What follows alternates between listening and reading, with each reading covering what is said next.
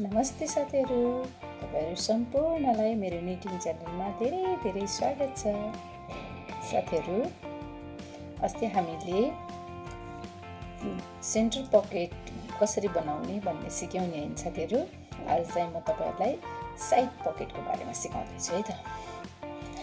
Side pocket कसरी बनाउने र साइड पकेट कति किसिमका हुन्छन् भन्ने कुरा सिकाउन र बनाएर देखाउन पनि गइरहेछ है त। अस्ति हामीले यो पकेट पछाडिबाट टिपेर गरेका थियौं हैन साथीहरू। आज चाहिँ म तपाईहरुलाई अगाडिबाट सिकाउँछु। त्यसको लागि चाहिँ हामीले पहिला सुरु बोर्डर बुनौं हैन। बोर्डर अब स्वेटरमा कति हुन्छ, कति इन्चीको बुन्ने हो त्यो हेरेर बनाऊ। अनि त्यसपछि हामी यो पाटा बुनौं हैन। अनि अब यसरी हामीले पाटा बुनिसकेपछि चाहिँ अब हामी पकेट बनाउन गइरहेछौं। पकेट बनाउनको लागि चाहिँ यो बोर्डरबाट यसरी टिप्ने छौं।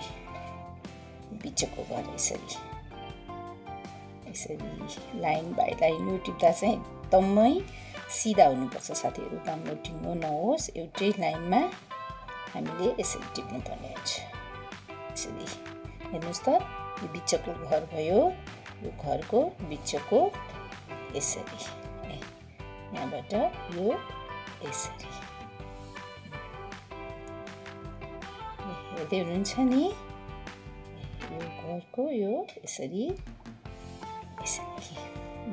अब यो माथिपट्टि गएको लाइन छ है, त्यसको बीचमा यसो गर्ने र यसरी फेरि अर्को यसरी। अब तपाईले पकेट कति लामो चौडाइ गर्नुहुन्छ हैन।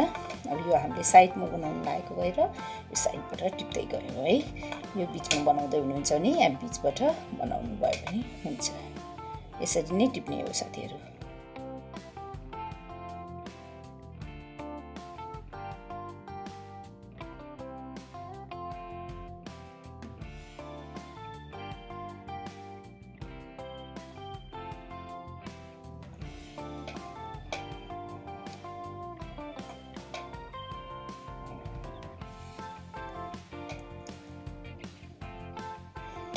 यसरी अब मैले यतिको चौडाइको यो बनाउन गएको छु साथीहरु हैन।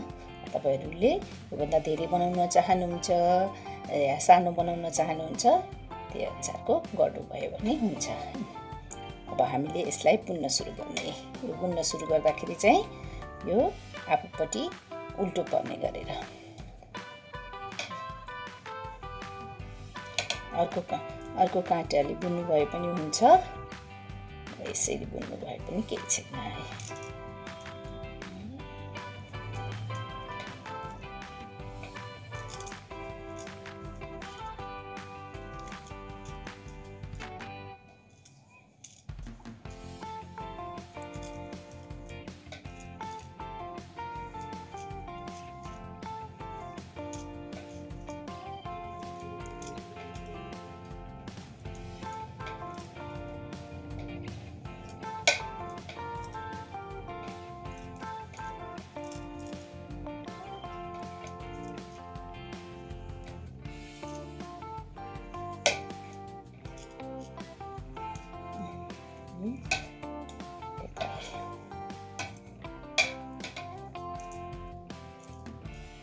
यताबाट यसरी सुट हो, यसरी नै खुरुखुरु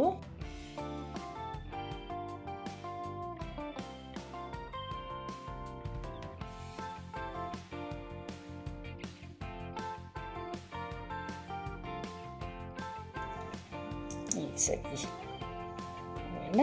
अब यसैलाई हामीले यसको लम्बाइ नपुगेसम्म यो खुरुखुरु बुन्दै जाउँ है त साथीहरु। यसरी बुने है। अब यो र यो दुईटै साइज भयो है। यसरी आफूपट्टि सुल्टो पर्ने गरेर यसमा बुट्टा हाल्न पनि सक्नुहुन्छ।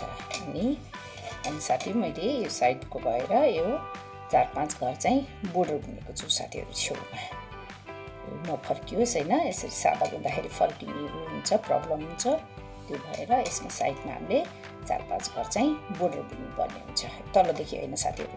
यो हामीले अब स्वेटरको लम्बाइ हैन, लङ स्वेटर बुन्दै हुनुहुन्छ कि हैन, मिडियम स्वेटर बुन्दै हुनुहुन्छ त्यो उ गर्नु होला। लङ स्वेटर भए अलि माथिबाट बगली हाल्नुपर्छ हैन।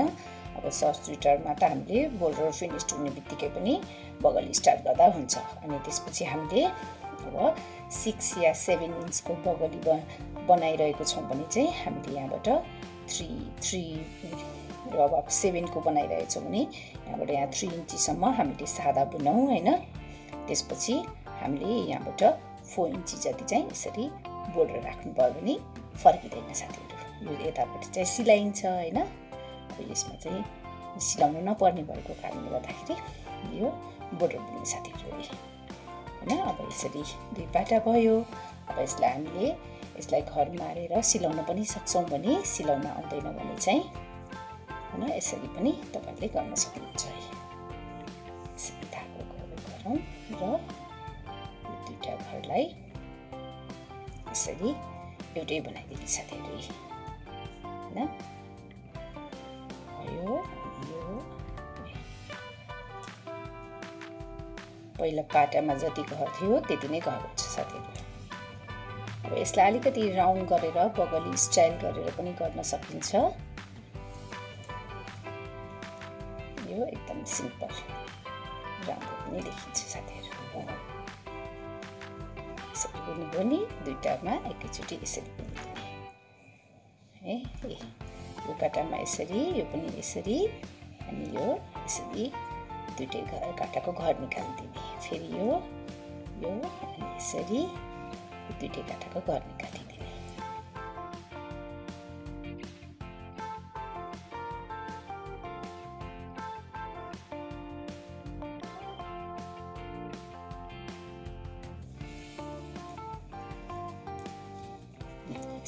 है र यसलाई हामीले साथीहरू यो साइडमा चाहिँ यो मिलाएर एकदम सिधा स्ट्रेट हुने गरेर यसलाई हामीले मजाले सियोले यसले सिलाइदिउँ हैन। त्यसपछि यहाँबाट पनि यो 3 इन्ची 3.5 3 इन्ची जति हामीले सियोले सिलाउँ। अर्को फाटा जोइन गर्ने बेला सिलाउनु भए पनि हुन्छ। र यहाँ चाहिँ हाम्रो ग्याप हुन्छ साथीहरू है। यसरी ग्याप हुन्छ। यसमा स्विङ गरेपछि यहाँ ग्याप हुन्छ। अनि हामीले यहाँ सामान राख्न सक्छौँ साथीहरू। यसरी साइड पकेट साथीहरू त यसरी स्ट्रेट हुने गरेर यो बगली सिलाउने र यतापट्टि पनि सिलाउने। मैले सिलाइसकेको छु। यो साइड पकेट रेडी भयो साथीहरू। हुन्छ है। अब यसमा हामीले यसरी मोबाइलहरू जे पनि यसरी राख्न सक्छौँ साथीहरू। इजी छ नि साथीहरू। मेरो भिडियोलाई हेर्दै तपाईहरु पनि ट्राई गर्नु होला। अवश्य पनि सक्नुहुनेछ। अनि मेरो भिडियो के कस्तो लाग्यो लाइक शेयर र सब्स्क्राइब गर्न पनि नबिर्सिनु होला। प्लिज साथीहरु मेरो भिडियोको बारेमा राम्रा नराम्रा के कस्ता कुराहरु छन् कमेन्ट पनि गरिदिनु होला।